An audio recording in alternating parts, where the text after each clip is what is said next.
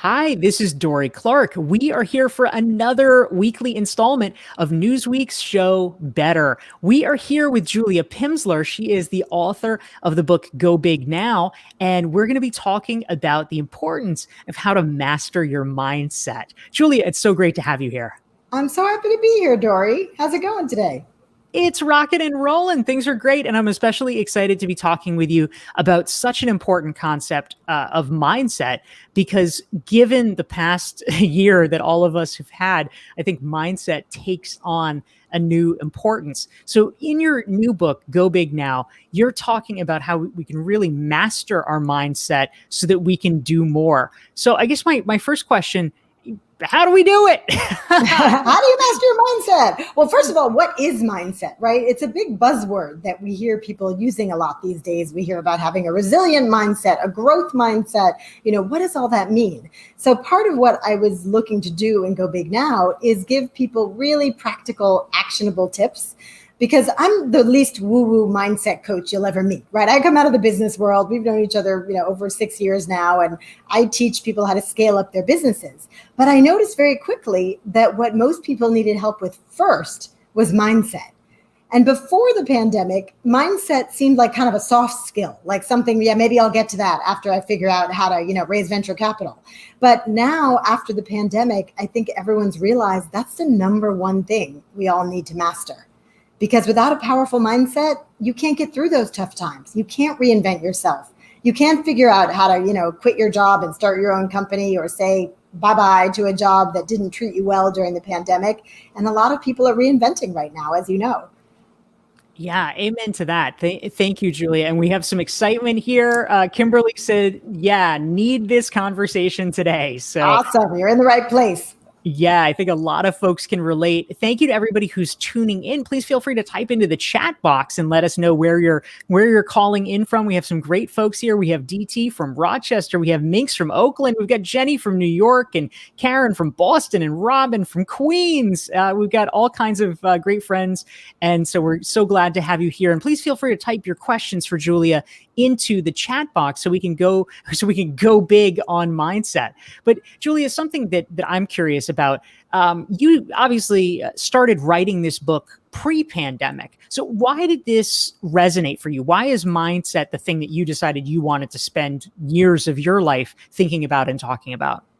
Well, for me, changing my mindset was the biggest game changer for my career. I got to a place with my company, Little Pim, which was a language teaching company, where we were hitting about 400,000 in revenues. And in some ways, things were going great. We're getting written up on all these lists of companies to watch and getting a lot of publicity. But the truth is, I felt like we were failing.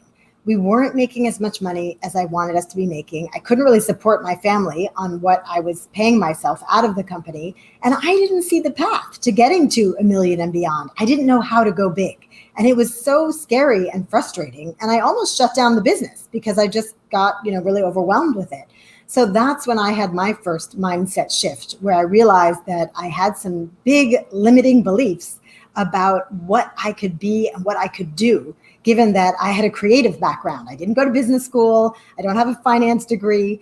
And I really thought I couldn't go raise capital. I couldn't run a multi-million-dollar company. And these were all just mindset issues that once I got them cleared up, it was like this open highway. And I went and raised $6 million and hired people away from Disney and turned Little Pim into a multi-million-dollar company. So much like you with Reinventing You and Entrepreneurial You, two of my favorite books that I recommend all the time, is, I wanted to solve the problems that I myself had faced. Like, why isn't anyone talking about this? And especially for women, which is a big part of who I work with now.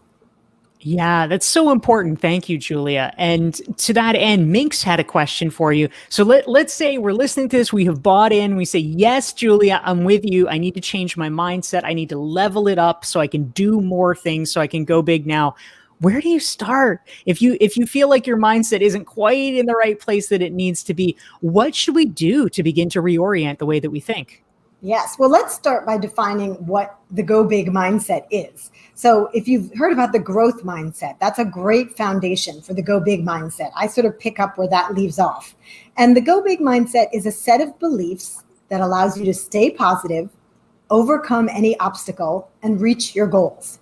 And it turns out all the successful people we all admire, from Oprah to Richard Branson to Lady Gaga, I don't care, take any person you admire who's, achieved a modicum of success. They're all practicing mindset best practices that sometimes they share, sometimes they don't. So I really went on a journey to study who is killing it out there and what mindset practices are they using and how can we bring them to people in a much more easy and accessible way. So in the book, I teach 8 mindset practices. It's a bit like the 7 Habits of Highly Effective People, if you've ever read that by Stephen Covey, where he gives you, 7 practical tips. This is 8 practical tips that you can do right away. So step 1 is define it, right? Do you want a go big mindset? Do you want to be able to stay positive, overcome obstacles, and reach your goals? If that's a hell yes, then you can move on to step 2, which is, why don't I try to learn some of the things that successful people are doing? Because even if you've never studied mindset, you could probably figure out that if you want what those people have, you might have to think the same kind of thoughts they think.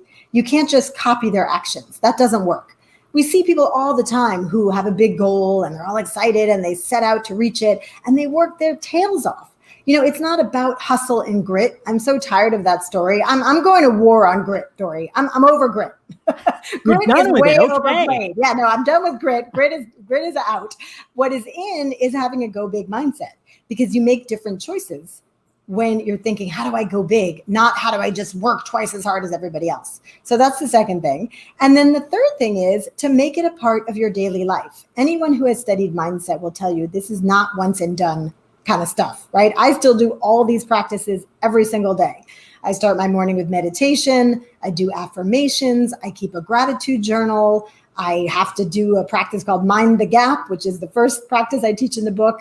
Did one yesterday, so these are tools that you can use right away and that will serve you the rest of your life.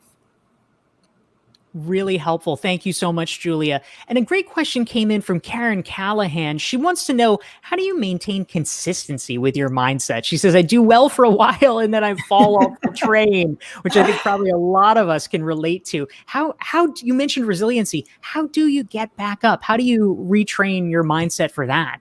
Yes. Well, first of all, if you fall off of these great practices, you can always get back on. It's a bit like going to the gym. I know a lot of people took a break on working out during the pandemic because it's one of my mindset practices. I kept going to the gym and doing all that throughout the pandemic because that's one of the things that keeps me sane.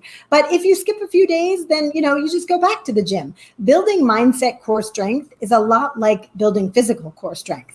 And for some reason, we all acknowledge that we need physical core strength, and people, sign up for gym memberships and go running with their friends and do sit-ups and do all these things to build that core strength. But our mind is going to be with us forever, and it determines every single decision we make. So why aren't we investing just a little bit of time and energy into building mindset core strength by doing some of these practices, which, by the way, are not hard.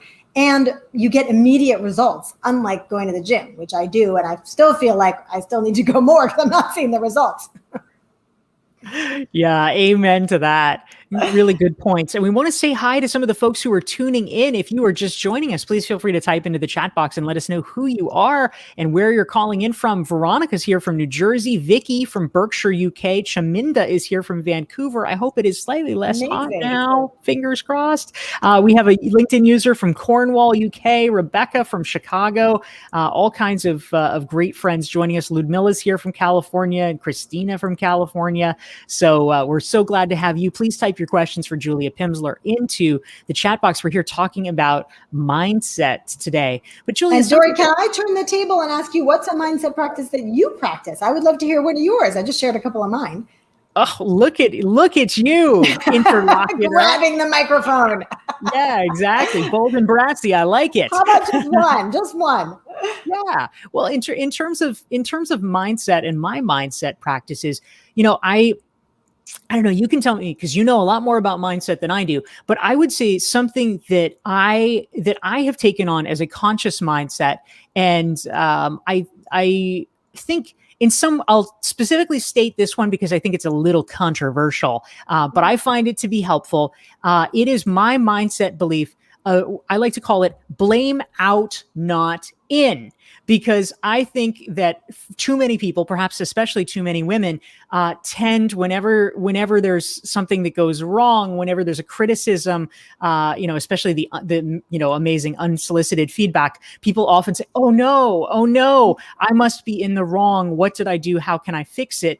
And I think it is useful if you keep getting the same feedback, of course, to be thoughtful about it. But in general, especially if it's one-off, especially if it's unsolicited, I personally think it's far more useful, instead of saying, oh gosh, what's wrong with me, to instead say, what the F is wrong with you? Don't you tell me that.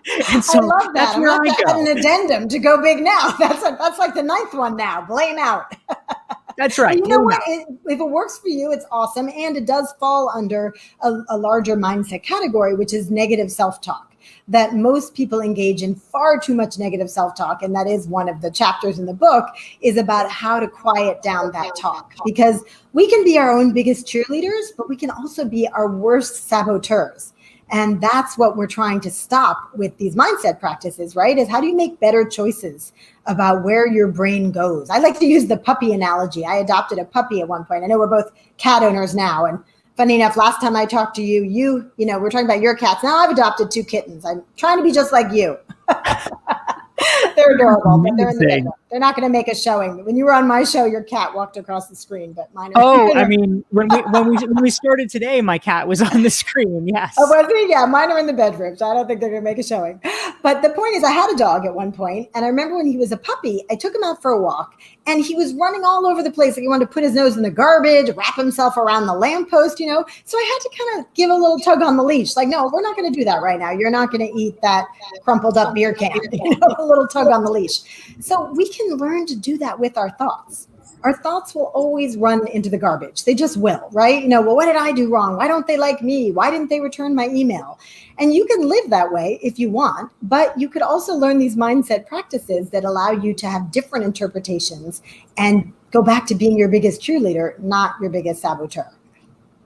Yeah, so great. Thank you, Julia. And Gina, our friend Gina Cox, just chimed in. She says, I love building your mindset. Core strength is like building physical core strength. So that's a great metaphor that I think resonated with a lot of people.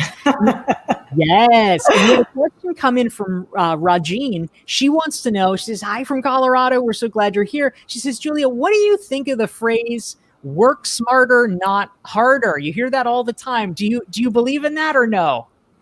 Well, yes, I do. I mean, we call it in my $1 Million Women community, we call it going from doer to leader, because we find that when people start their businesses, they're so focused on, doing, multitasking, getting it all done. I don't have to hire anyone. I can do it all myself. Or even in the early phases of your career in corporate America, you want to prove that you can take on any task they throw at you. But as you move up the ranks in corporate America, or as you grow your business, you actually need a totally different set of skills. And you could call it working smarter. You could call it being a leader, but it's not the same set of skills that got you to launch your business and maybe get to 100 or 200,000, or in my case, as I shared earlier, 400,000 of revenues. I needed a mindset shift and a different set of skills, and to be part of different communities that would pull me forward, to make friends with people like Dorie. I mean, we met when my first book came out, and I was actively seeking out other people who were going big in the ways that I wanted to go big. And Dorie, I've learned so much from you. And I told you when you came on my show, your email is always that one I open. I skip a lot of them, but I always open yours because you give such incredible content. And, thank you for all the ways you're helping entrepreneurs grow their businesses and go big. Well, thank you so much, Julia. We are here with Julia Pimsleur. She's the author of the book Go Big Now, and you can learn more about her and sign up for her email at juliapimsleur.com. And if you want to make sure that you never miss one of our weekly episodes, we're on for Newsweek every Thursday at noon Eastern, 9 Pacific. You can actually sign up for the aforementioned Dorie e-newsletter at dorieclark.com, and you will never miss an episode. You will get reminders. So thank you for that, Julia. And we had some great comments come in. I love this one. Phyllis says, she's here from New York. She says, I've had a gratitude habit for 2 years, and yoga and exercise is non-negotiable, 7 hours of sleep, eating healthy for many, many years. Amen to that, Love Phyllis. it. That's yes. great. Nicely done. And Dorie, if folks want to find out where they're at on their mindset journey, if they're still not too sure, do I have a go big mindset? I don't know. We have a free assessment they could take on my website, juliapimsleur.com, and just look for the Go Big Now tab. So that might be a fun place to start. Fantastic. Good tip. Thank you so much, Julia. And a question came in that I think is really relevant from Karen. She says, do you have any advice for going the final mile in a midlife career shift interview process to keep imposter syndrome at bay? She says, I've got the fail harder thing down, but any other ideas? Oh, yes. Awesome. Well, so two big things can help with that. And, I went out and raised venture capital. So talk about the final mile. I probably had 80 pitches and, finally got to a couple of yeses that made all the difference. But there were a lot of no's along the way. So I think that's comparable. So two things you can do, and this is for anyone going through a challenging time right now. You can take a piece of paper and write at the top of it or in your journal, what could go right? Because often our brain really doesn't focus, like that puppy going into the garbage, right, on how things could go right. And then just make a list. Well, I could get my dream job. I could look back at this as a time that I learned about so many other companies and what they're up to. I could stay in contact with one of those interviewers, and that could lead to a new partnership at my next job. All the things that could go right. Make that list. That'll help a lot. The second thing is, if you feel yourself veering into imposter syndrome, is to keep something on your phone in your notes. And I do this. I do all the things I teach called wins. And in wins, every time something good happens, you put it in there, copy and paste it from an email, a happy client, someone saying, wow, you made a difference in my life. Someone you did some work for who said this was above and beyond expectations, because we tend to be a sieve for compliments and a bowl for criticism. Right? Someone says one thing to you they didn't like, you're going to be thinking about that for 3 years. Whereas we get praise every day that we don't hold on to. So that's a mindset technique too, is to find a way to keep that praise. I love that. I actually do that as well. Speaking of mindset practices, I have there's another one you do. That's yes. Great. I'm so happy to hear that. See, this is what I mean. All successful people are doing things like this. But, I really resonated with what you did with Entrepreneurial You, Dorie, where you're like, how is everybody making money? I got to go figure this out. And you interviewed all these people. I was on the same quest, but about mindset, right? What are all these mindset practices? I know what mine are. And then I went and learned from a lot of other amazing CEOs and leaders and entrepreneurs and even politicians and Olympic athletes. It's all in the book. I love it. I love it. Well, speaking, Julia, of making a lot of money and having $1 million business, you were the author of a book, your previous book called $1 Million Women, and you have written extensively about how people, women specifically, but people in general, can build $1 million businesses. And in fact, you've talked about how there's a few key things that are necessary for building $1 million business. Can you give us some hints here? How can the people tuning in today work on building their own $1 million practice? Well, here's the good news. If you have a short attention span, you only need 3 things to go big. And we'll define going big in this context as getting to $1 million in revenues, because only 2 to 3% of women ever get to 1 million in revenues, fewer than 1% women of color. And for men, it's only 6%. So this is not an easy thing to get to $1 million, but you just need 3 things. You need the right mindset, you need the right skill set, and you need the right network. Now, of course, there are multiple parts to each of those, but if on any given day you're feeling a bit lost or like, what do I do next? Maybe just check in with yourself and say, how's my mindset? Am I confident? Am I excited? Am I putting good energy toward this? Or am I being, a self-saboteur? Work on mindset if you need to. Do I have the right skills? That's the second one, skill set. Do I need to go take a course in Excel? Do I need to join an entrepreneurial program? If I want to write for Harvard Business Review, maybe I need to take Dorie's class about becoming a recognized expert, right? Fill out those skills if you don't have them. And the third is the network. Are you part of networks that pull you forward? Harvard Business Review says we have 3 kinds of networks in our life: personal, operational, and strategic. And most people are very good on the personal, friends and people they go out with. Operational is like, who can I call if I'm stuck on something? A lot of people have that good list in their phone too. But when it comes to strategic, sometimes people are not putting themselves into networks of people who can pull them forward. And that's where, if you're feeling a little stuck, you might take a look at what organizations am I part of where I'm spending time with people who will help me go big because they're modeling it in their own lives right now. I think that's so interesting and really appropriate, Julia. I've been working with a few of my coaching clients this week, and this has come up repeatedly that there are so many, smart, successful people, and they have gotten to where they are largely through force of will, but they have not really gotten comfortable at networking, or they still feel weird about it, like it's some sleazy well, we thing. all feel weird now, right? We have to relearn the whole thing. Right? I just went to my first 2 events in the last 2 weeks, and it was like, wait, do we hug? Can we kiss? Can I taste your drink if we're friends? No, can we still do that? So now we all have to relearn it. But you're right. I mean, I call it intentional networking because I find, well, everybody networks, right? I mean, I have 2 children. I used to go to, the parent night, right? Is that networking? Well, it's not strategic networking, right? Making friends with the other moms, that's great for your personal network. And I was doing a lot of that. This is when I first thought about this. I'm sure you know the Jim Rohn quote, you are the average of the 5 people you spend the most time with. I'm sure you quote that too. And when I had to stop and ask myself, okay, who do I spend the most time with? At the time, it was like my 3 and 6-year-old kids, right?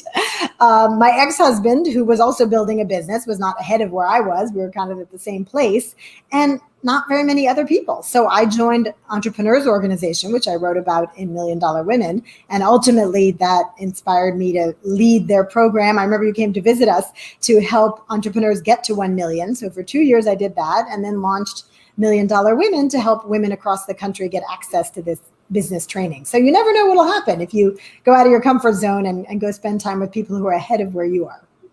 Yeah, such great advice. And Minx had a question, Julia. She wants to know, what is your top tip for enjoying the process of getting to where you want to go, getting to that go big destination, as compared to just gritting your teeth and doing it? Oh, I'm so glad you asked that. I am a big joie de vivre person. I credit a lot of that to my mother, who actually it's her birthday today. So happy birthday to my mom.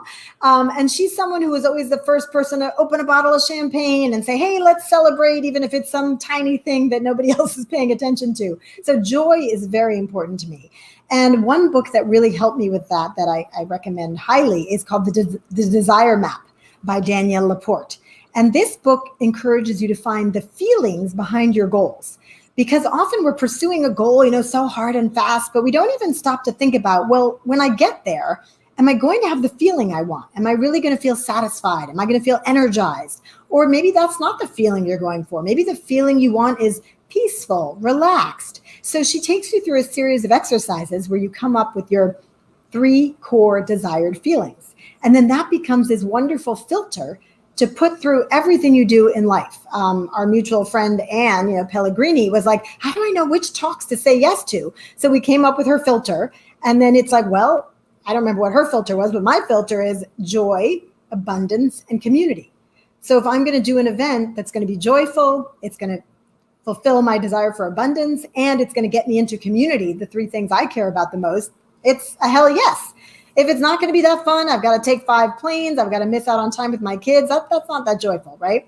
Or if there's not going to be community there, I'm going to be in a room by myself because it's going to be filmed remotely, not that much, community. So these filters are amazing. And hopefully you'll check out the book and come up with your 3 CDFs. Yeah, that's really fantastic. I love it. And a great question came in from Carrie. She wants to know, Julia, do you have any advice for how to develop an advisory board with the right incentives that's committed to helping you go big? How can you enlist other people in this go big now process? What are your thoughts? Well, that has always been one of my strategies in going big. In fact, I've been asked before, what do you wish you knew earlier? And I think it was how many people you can find who want to help you on the journey. Every company I've had, from Little Pim to my film production company before that to $1 Million Women now, has a robust board of advisors.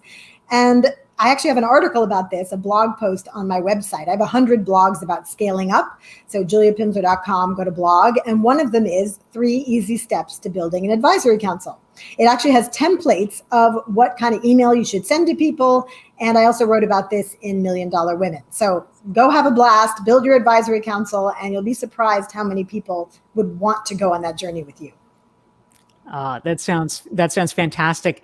And to that end, Anna had a question. She says, if you could travel back in time and give your younger self some advice, what would you say? Has your own thinking about mindset changed? Do you have mindset related advice, perhaps, Julia? Oh, so much. I think it would have been to work on mindset earlier, because I waited until I was sort of at that panicky state where I thought, wow, I've invested all of my money, all of my energy, all of my pride into this business, Little Pim, my language teaching business, and it might fail. And that was terrifying. And I didn't know that a lot of that was being self-generated. I had as much chance as anyone, and probably much more chance than some other people who didn't have access to the kind of privileges I had access to. I went to Yale on scholarship. I was exposed to the French National Film School, where I got my graduate degree. Like, I had so many resources around me I sort of wasn't seeing, because I was so caught up in this story of, well, I don't have a business background, right? How could I possibly figure this out? And now it sounds crazy because I'm on my second successful company, but at the time that was so real to me. And that's why I love what I do, of helping other people break through their limiting beliefs, because often your limiting belief feels like a truth with a capital T. Like, of course I could never do this. But you start to work with a coach or a therapist or a mentor, and they help you see that, no, this is just a whole fabrication you have in your mind. Let's bust through it and get on with it so you can go big and have more fun and get more of what you want in life. Yes, absolutely. It's so true. I mean, I think for all of us, if we wanted to, we could probably find a litany of reasons why we can't do something. I mean, in my case, I don't have a business background either. And so for some people, it's easy to glom onto that and say, oh, well, of course you wouldn't be taken seriously, or you're not qualified. But right. And you're published in Harvard Business Review. You've spoken to so many business audiences. I mean, you're one of the most highly respected and sought after speakers. I've gotten to see you a few times. I always learn something new. So yeah, let's bust that belief right now for anybody watching. If you didn't go to business school, don't worry about it. In a way, it gives you an advantage, right? Because you don't think that you need to learn some stuff, where some people go to business school and they think they know, but they actually don't really teach you how to grow a business in business school. We've had a lot of people come to us for training who went to business school.